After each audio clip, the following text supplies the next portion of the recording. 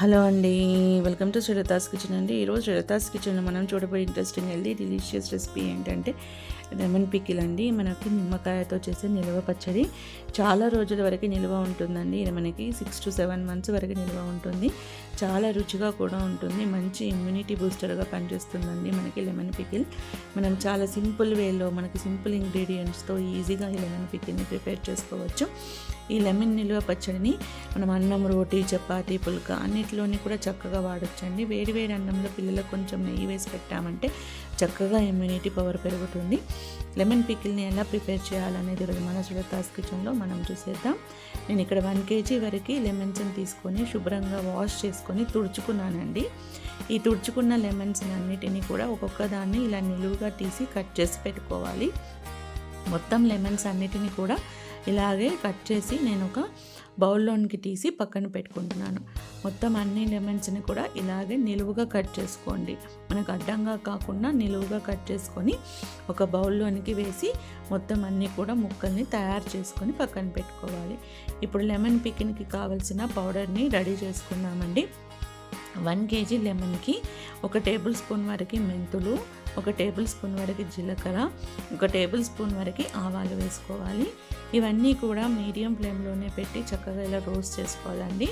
లైట్గా రోస్ట్ అయిపోయిన తర్వాత ఇవన్నీ చల్లారనిచ్చి ఒక మిక్సీ జార్లోనికి వేసుకొని చక్కగా మనం దీన్ని పౌడర్ చేసుకోవాలి. ఇది మనకి పౌడర్ అనేది మనం లెమన్ పికిల్లో యాడ్ చేసుకోవాలండి. దీన్ని మంచిగా మిక్సీ జార్లో మీరు వేసుకొని పౌడర్ చేసి రెడీ చేసుకొని దీన్ని మనం పక్కన పెట్టేసుకుందాం. అన్నీ కూడా ఒక 1 టేబుల్ స్పూన్ వరకు తీసుకొని మిక్సీ వేసి పక్కన ఉంచేసుకోవాలి.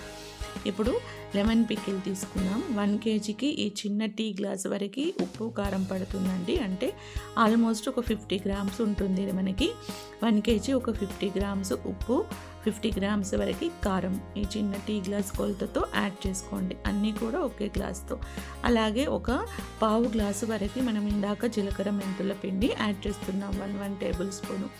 ఇలాగే ఒక 2 టేబుల్ స్పూన్ల వరకు టర్మరిక్ కూడా యాడ్ చేసుకోండి. ఉప్పు, కారము, అలాగే మన జీలకర్ర మెంతుల పొడి, టర్మరిక్ వేసుకొని ఒక 2 టేబుల్ స్పూన్ల ఆయిల్ వేసుకొని ఇవన్నీ చక్కగా కలిసేట్టుగా ఇలా కలుపుకోవాలి. ఇదంతా ఇలా కలిసిపోయేటట్టుగా చిన్నగా నెమ్మదిగా అంతా కలుపుకొని తర్వాత దీన్ని మనం పోపు చేసుకోవాలన్నమాట. ఇప్పుడు పోపు చేసుకోవడానికి మనం ఆయిల్ని తీసుకోవాలి. దీంట్లో పోపు పెట్టేసుకున్నాము.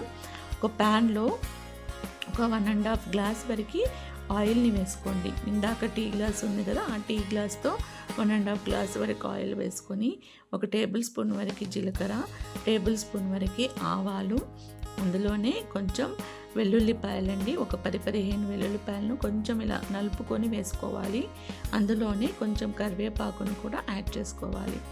ఇవన్నీ కొంచెం చిటపటలాడే వరకు వేగనివ్వాలండి. కొంచెం చిటపటలాడిన తర్వాత స్టవ్ కట్టేసుకొని ఈ పోపును చల్లారనివ్వాలి. పోపు చల్లారిన తర్వాత మనం దీని పోపును తీసుకొని లెమన్ పికిల్లోనికి యాడ్ చేసుకోవాలి. ఇప్పుడు పోపు చల్లారిపోయిందండి. ఇప్పుడు నేను పికిల్లోనికి పోపును మొత్తము యాడ్ చేస్తున్నాను. ఇలా ఆయిల్తో సహా అంతా వేసుకొని ఇప్పుడు చక్కగా ఈ నిమ్మకాయకి ఈ ఆయిల్ పోపు అంతా పట్టే విధంగా ఇలా నెమ్మదిగా కలుపుకోవాలి. ఇలా అంతా చక్కగా నెమ్మదిగా కలుపుకొని దీన్ని 1-2 రోజుల వరకు ఊరనివ్వాలండి. 1-2 రోజుల తర్వాత ఊరనిచ్చిన తర్వాత చూస్తే చూడండి ఎంత మంచి టెక్స్చర్కి లెమన్ పికిల్ వచ్చేసిందో.